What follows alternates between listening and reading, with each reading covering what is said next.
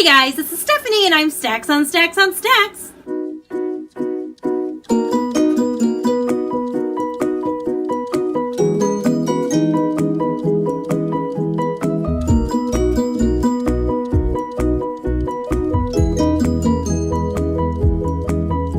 Today I'm coming to you with my most surprising reads of 2018. I have 13 books I'm going to talk about today, so I'm going to keep this clipping along pretty quickly. Now, when I'm saying surprising read, what I am meaning is a book that I went into and I either had no expectations or low expectations, and they ended up surpassing those expectations. And actually, a lot of these were really close to being on my best reads as well, but I couldn't have like 40 books on my best reads, though I kind of could, because if it's good, it's good, I guess.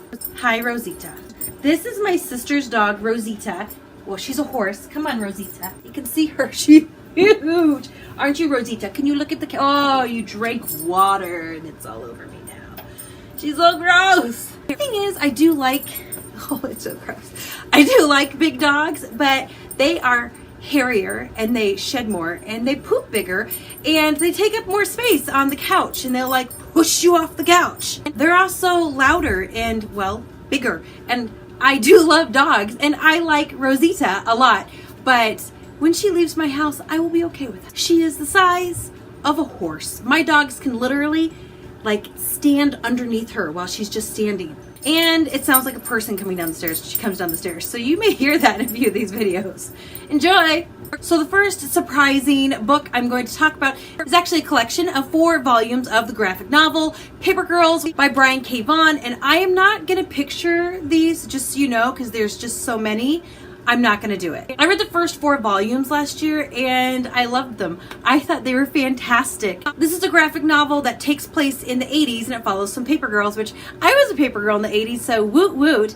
And then there's this time travel element that's thrown in there as well. I like the artwork. I like the storyline. I like the characters. Like, I like this. This is one I will probably be purchasing at some time in the future. Graphic novels are pretty expensive, so I'm going to wait till it's on a sale or something. And I wasn't expecting to like this as much as I did. I was expecting to enjoy it because people had said, oh, this is a good graphic novel series. And I was like, okay, yeah, sure. But I've also had some suggested I didn't enjoy, so I would have to say my expectations on this one were low. And then when I got around to reading them, I was like, this is fantastic. This is so much fun. I really super duper enjoyed it. And I wasn't expecting to. Hence the surprise. My next surprising... I still have the dog's hair all over me. The next surprising read I have is Seconds by Brian Lee O'Malley, which is another graphic novel surprise for me. Now, I would have to say before the beginning of last year, I'd read a handful of graphic novels and I kind of enjoyed them. I don't know. I don't think I thought about it that much, but this one I super enjoyed. First of all, it's a very thick graphic novel, which is the first thicker graphic novel I'd ever read, and I really think the art is fun. I'm going to kind of show you the art, and I really like it. It is Brian Lee O'Malley's kind of signature. It's very similar to the Scott Pilgrims, but I enjoyed the art in this. I enjoyed the story probably the most. Like, it's actually a story you would read in an actual book. Like, it has plot, and it has an arc, and it has character development, and I was like, in a graphic novel? Really? Yes, I was a noob, and I didn't know any better, but this one was so close to making it on my best reads. I really did enjoy it. I liked everything about it, and I had pretty much no expectation going in. I really wasn't sure what to think of it. Somebody mentioned it on one of their best of videos last year, and I was like, well, it's a graphic novel. If it's terrible, it won't waste that much of my time. Wasn't terrible. It was great. My next surprising read is Wool by Hugh Howey. This is one I heard about from April Sarah over and over again, one of her favorite books, and she couldn't quite tell me what it was about. Like, her description was very vague, and then most descriptions I found of it online that didn't have spoilers were also very vague. So I kind of put it off for a while, and then finally in May I was like, I guess I'll read it, and I actually got it on audiobook because I was afraid that I just wasn't going to enjoy it. The one thing people had said is that it is a little slow moving, so I was prepared for a slow moving book, and I thought I'll just listen to it, and then if it's slow, you know, you can speed it up. This really wasn't slow. I would say it's well paced, but I wouldn't say it's slow. and it just surprised me and became a 5-star read. I super duper enjoyed it. This introduces you to a world where basically humans have kind of gone underground or living in a silo. There's just a big silo, goes like 100 floors down, and people live on different levels and have different jobs. And it is a little segregated, like we have money and you don't, just a little. But the first book really doesn't delve into the politics as much as it could, just some.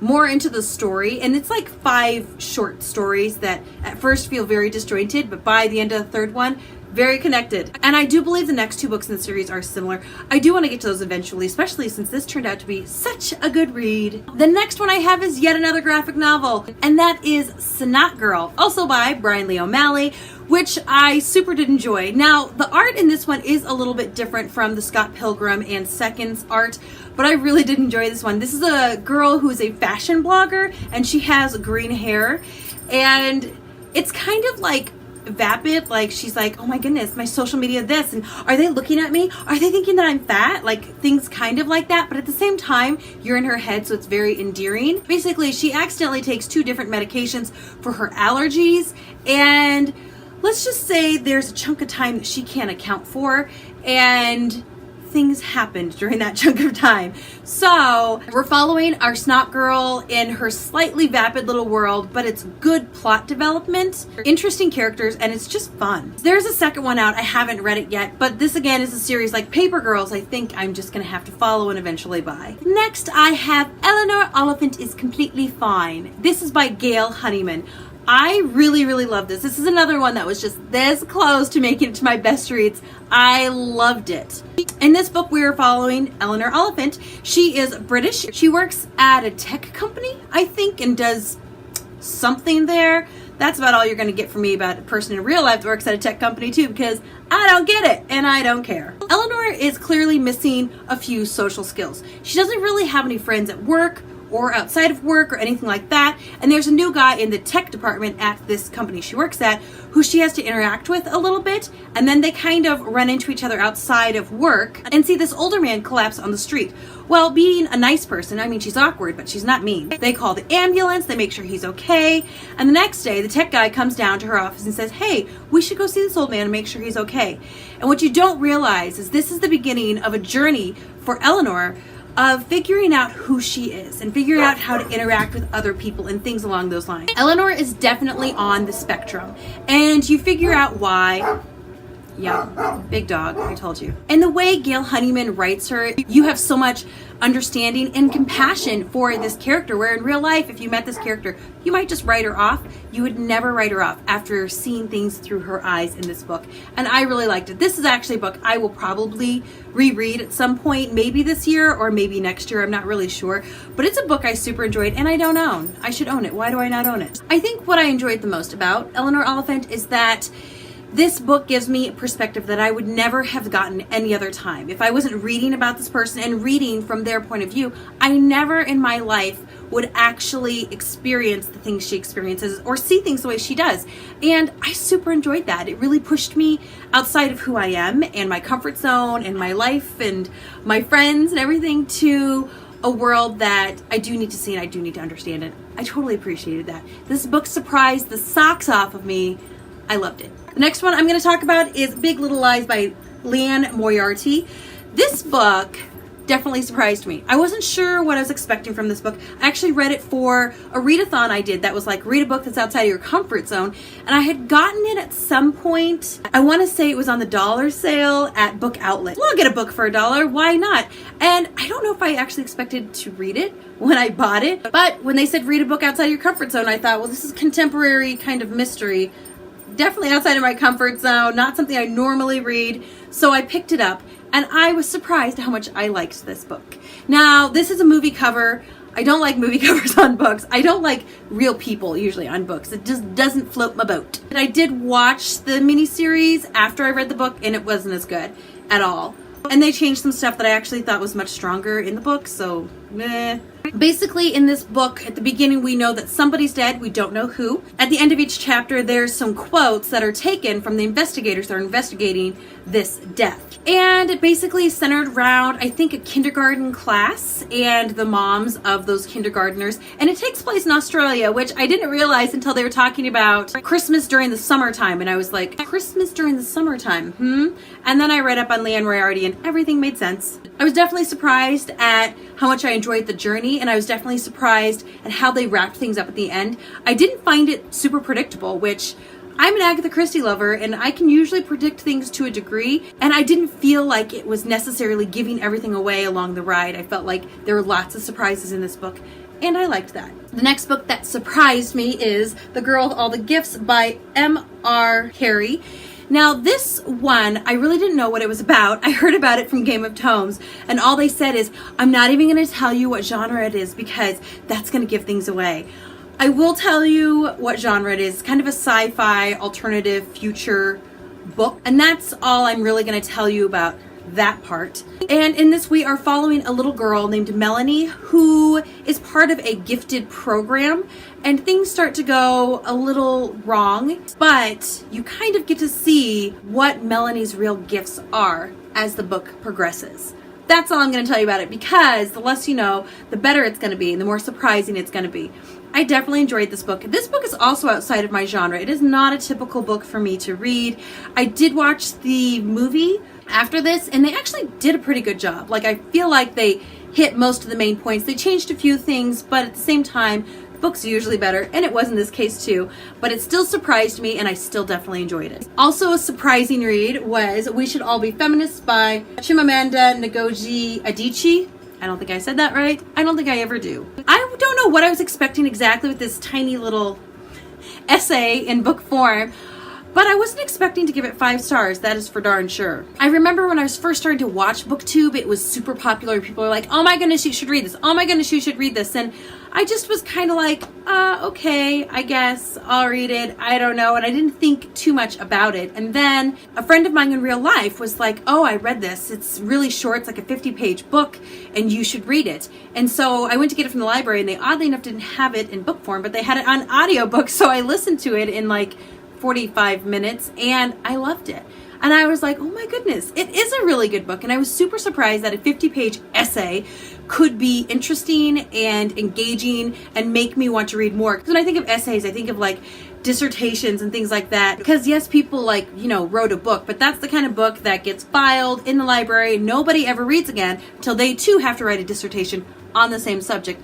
And I kind of assumed that's what it was. That is not what it is. This is a book that talks about what a feminist really is and not necessarily what the world perceives it to be, and how you can be a feminist and shave your armpits or wear lipstick or high heels or be girly. That is not the definition of feminist, and it kind of goes over what it really is, and it puts it into a very good perspective for us today, and I super enjoyed that. I mean, I basically gave away the whole thing, but it's an essay, not a novel. The next one I super enjoyed was A Long Way to a Small Angry Planet by Becky Chambers. This is the first in a trilogy, I think. I didn't move on in the trilogy yet, but I think I will eventually. This, I'm pretty sure I gave 5 stars. And this is kind of a Star Trek meets Firefly book for me. I really did enjoy this, and I didn't know what to expect exactly. People were talking about it online, but nobody was really saying what it was about. So I wasn't really sure what to expect. And basically, it's a very character-driven book. You have individual characters on a ship together. That would be kind of the Star Trek feel to it. They get boarded and attacked, and that reminded me a little more of like a Firefly type thing. But not a lot actually happens when you take away everything and you just look back and you're like, I really enjoyed this book. It is like a character line, a character line, a character line, a character line, and then sometimes they interact. But as far as a plot, it is not a big plot book. There are a few little plots that happen. That's really about it.